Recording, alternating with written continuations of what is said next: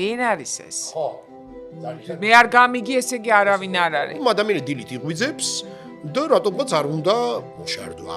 შემჩნეულები ვართ ნორვეგიის და შვეიცარიის სიყვარულში. საქართველოს ბედისწერა ისეთი არ არის სამწუხაროდ როგორც ნორვეგიის. ჩვენთან სხვათა შორის ფანი არდანი აკეიფებს მწერალთა სახში. ჩვენ გვაქვს საქმე რაღაცა განგძობით თეთრ ლექსთან.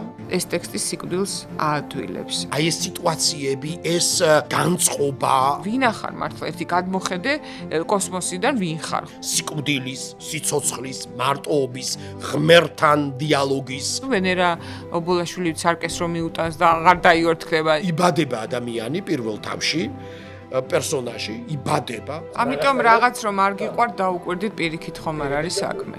ნუგეშის მცემელია. აქედან გაჩნდა შიში რომ საფლავში რომ გამეღვიძოს რა ვქნა. თუკი ადამიანი არ არსებობს, მაშინ ღმერთი არ არსებობს. წიგნი იქნება იუნ ფოსეს დილა და საღამო. ჩვენ ხვდებით რომ ფოსე მან პატარა რომანში აგვიღწერა. დაბადება და აგვიღწერა სიკვდილი.